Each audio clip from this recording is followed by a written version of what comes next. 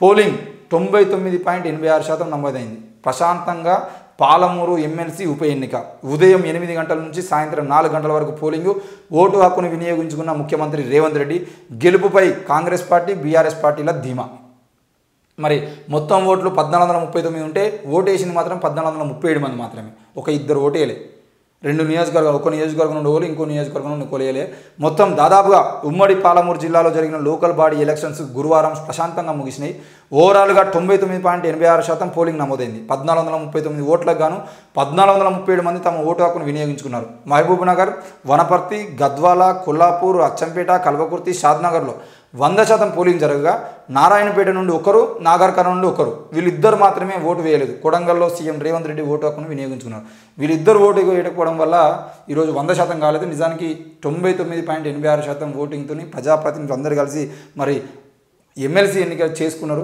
మరి కాంగ్రెస్ పార్టీ మేము గెలుస్తామని చెప్పేసి ధీమాతో ఉన్నది, బీఆర్ఎస్ పార్టీ కూడా మేమే గెలుస్తామని ధీమాతో ఉన్నది.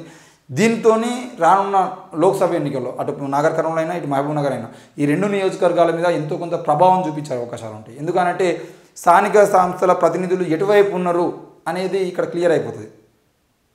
మా వైపు ఉన్నారా, కాంగ్రెస్ పార్టీ వైపు ఉన్నారా, లేదంటే బీఆర్ఎస్ పార్టీకే ఉన్నారా అనే దాన్ని బట్టి రేపటి రోజు నాగర్ కర్నూలులో ఆర్ఎస్ ప్రవీణ్ కుమార్ గెలుతారా, లేదంటే మహబూబ్ నగర్లో ఎవరు గెలుతారు, బీజేపీ వాళ్ళు గెలుతారా, కాంగ్రెస్ వాళ్ళు గెలుతారా, బీఆర్ఎస్ వాళ్ళు గెలుతారా అనే విషయం ఏదైతే ఉందో దానికి సంబంధించినటువంటి ఎంతో కొంత అవగాహన అనేది ఈ స్థానిక సంస్థల ప్రతినిధులకు సంబంధించినటువంటి ఎమ్మెల్సీ ఎన్నికల రిజల్ట్స్ ద్వారా కూడా తెలిసే అవకాశాలు ఉంటాయి.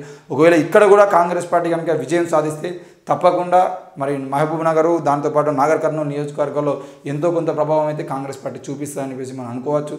మరి ప్రజాప్రతినిధులు ఎటువైపు ఉంటారనే దాన్ని బట్టి ఆ గ్రామాల్లో వాళ్ళకు ఓటు శాతం ఉంటుంది.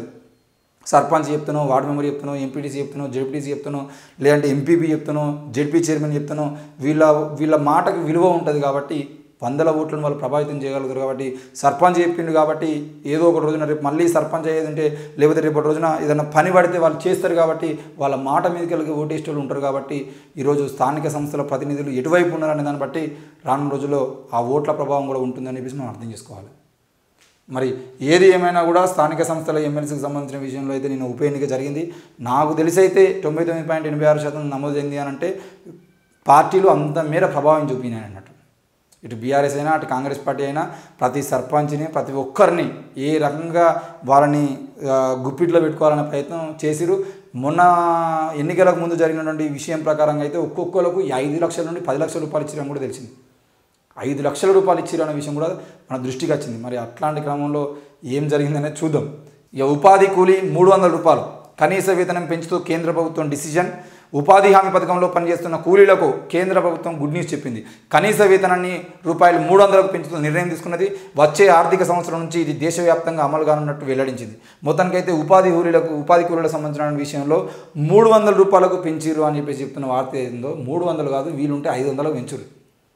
ఉపాధి హామీ కూలీలు ఈ ఎండాకాలమో లేకపోతే వాళ్ళకు పనున్న రోజుల్లో ఉదయం 5 గంటలకు 6 గంటలకు పని పోతే 10:30, 11, 12 వరకు పని చేస్తారు అనుకో.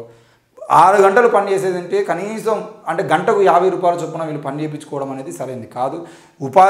ఉపాధి హామీ పథకం ద్వారా మరింత మందికి ఉపాధి కల్పించాలనే ఆలోచన కనుక ఉండేది ఉంటే ఈ 300 కాస్త 500 చేయడం ద్వారా ఏమవుతుందంటే వాళ్ళ కూలీ రేట్లు పెరగడం ద్వారా ఎక్కువ మంది కూలీకి వచ్చేయడం ప్రయత్నం చేస్తారు. ఆ కూలీకి రావడం ద్వారా గ్రామాల్లో జరగాల్సినటువంటి అభివృద్ధి పనులు అయితేనే అభివృద్ధి పనులని ఈ ఉపాధి హామీ కూలీల ద్వారా చేయించుకోవడానికి ప్రయత్నం కూడా చేయొచ్చు.